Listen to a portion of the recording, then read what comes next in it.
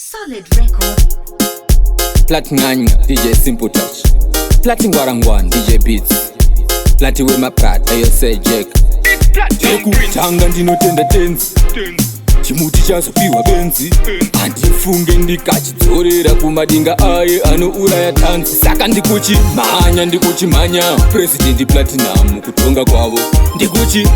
ndikuchimanya totora crown dzova paulani yavo saka ndikuchimanya President Platinum kutonga kwavo ndikuchimanya tova ravaku tova paulani yavo atimbonyure moti hatisi Titanic boat isu takukontrola dance simplex vaudze tine remote kuchimhanya tochitoti kunge mambo tako mubluedot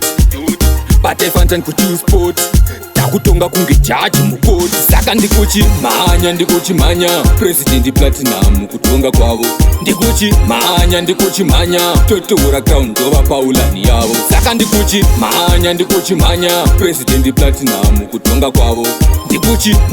ndikuchimanya tova ravaku tova paulani yavo ndikuchimanya kunge greyhound ngoma richitenderera merry-go round pandati anondimisa ndiyani pashaya kana wani amira muground isu tapasirwa bhora vari kupi vaimbondishora ngavanyatsoongorora this time takadzora saka ndikuchimanya President Platinum kutonga kwavo ndikuchimanya totora crown dzova paulani yavo saka ndikuchimanya President Platinum kutonga kwavo ndikuchimanya tova ravaku tova paulani yavo atimbonyure moti hatisi Titanic boat isu takukontrola dance simplex vaudze tine remote kuchimhanya tochitoti kunge mambo tako mubluedot but ifantan kuti sport takutonga kunge jaji mukoti saka ndikuchimanya President Platinum kutonga kwavo ndikuchimanya totora crown dzova paulani yavo saka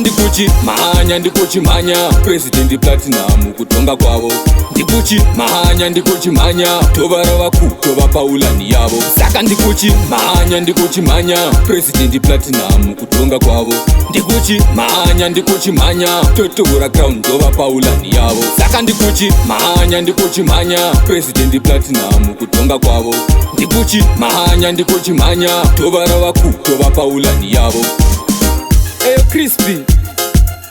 shiri yabvuta rekeni tapiriguka tovaname yabikwa Mseroni Saumi Rich Boy Willie Ozil chero zvikaita basa zvine basa re Solid record ichi chakaipa Plati Wema Prat.